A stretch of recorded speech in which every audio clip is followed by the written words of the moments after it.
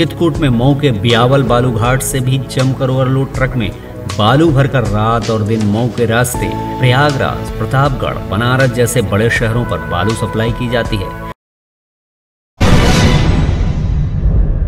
तो अच्छा, यहाँ पर जो ट्रक निकलते हैं, ओवरलोड ट्रक निकलते हैं, उसके बारे में जो ट्रैक्टर में भर भर के वो ले जाते हैं बालू, हाँ, तो कैसे ये हो जाता है? अरे वो सब ओवरलोड जाता है जी सब।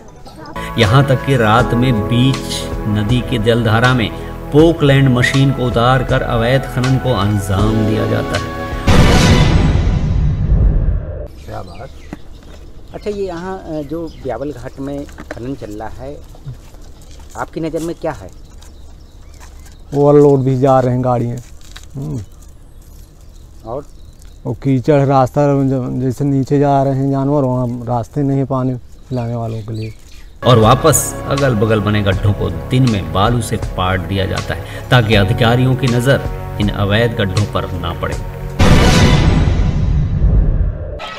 तो यहाँ पर किस तरह की ये खनन किया जाता है? खनन के लिए का होता है ये खनन? जब ये खनन के लिए टेंडर होना था, उस समय भी टीम आई थी, तो हम लोगों को ये कहा गया था कि जो भी खनन होगा, जो भी राजस्व होगा, इसका 10% गाँव के विकास के लिए दिया जाएगा। आज तक उस विषय पर कोई वार्ता नहीं हुई।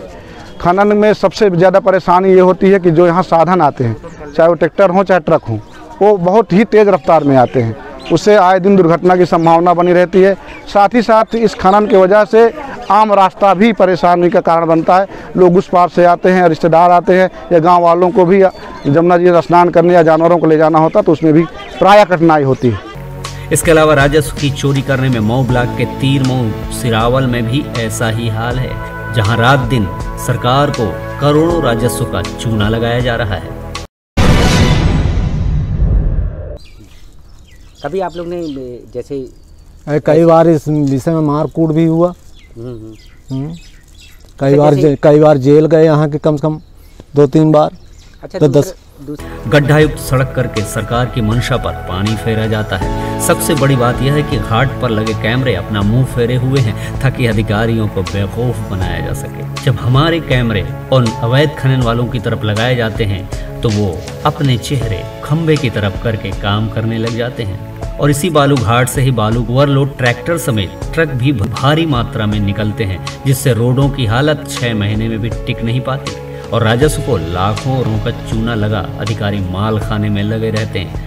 कभी नियम और कानूनों पर उनका ध्यान नहीं जाता। यहाँ तक कि रोड पर चलने वाले व्यक्ति हर रोज इन ओवरलोडिंग के चलते हादसे का शिकार होते हैं। सर, ये जो घटना घटी थी, क्या घटना घटी हुई है यहाँ पर? ये घटना घटी हुई थी जो है, ट्रैक्टर पे वो लड़का जो है बैठा हुआ था और मंडौर के पास जो है मोड़ पे ट्रैक्टर के अचानक मुड़ने की वजह से वो गिर गया और चोट लगने के कारण उसकी मृत्यु हो गई। उसके बावजूद भी हालत सुधरने का नाम नहीं ले रहे। ऐसे में सवाल यह है कि क्या सरकार की मंशा के अनुरूप सरकारी नौकरशाही क्या अपना काम निभा पा रही है, या फिर विभागों में केवल सब काम कागजों तक ही सीमित है? इस संबंध में जब जिले के परिवहन अधिकारी सुरेश चंद्र यादव को फोन लगाया जाता है तो वह फोन तक उठाने की जहमत नहीं उठाते, कैमरे के सामने आने से डरते हैं। दूसरा, यहाँ पर ये जो बियावल घाट चलता है, वहाँ पर ओवरलोड ट्रक चलते हैं। ओवरलोड ट्रक की वजह से उसमें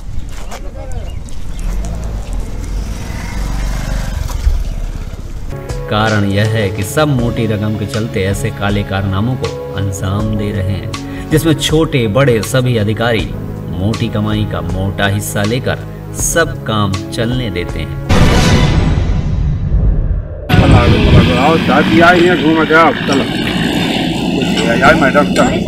अरे देख लो जमुना जी क्या देखिए हुआ देखा अरे फोटो। जबकि जिलाधिकारी इन अधिकारियों को समझाकर थक चुके हैं कि सड़कें खस्ताहाल हो रही हैं, अवैध ओवरलोड परिवहन पर रोक लगाए जाए, पर जिले के अधिकारी हैं कि कान में रुई डालकर सुनकर भी अनदेखा कर रहे हैं।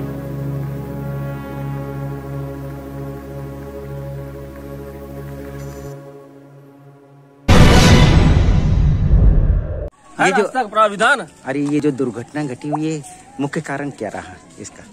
मुख्य कारण बालू का है। तो क्या आवादिश रास्ता है, कोई प्राविधान है आवादिश रास्ता ले जाने का, अच्छा, ट्रक में निकालने का?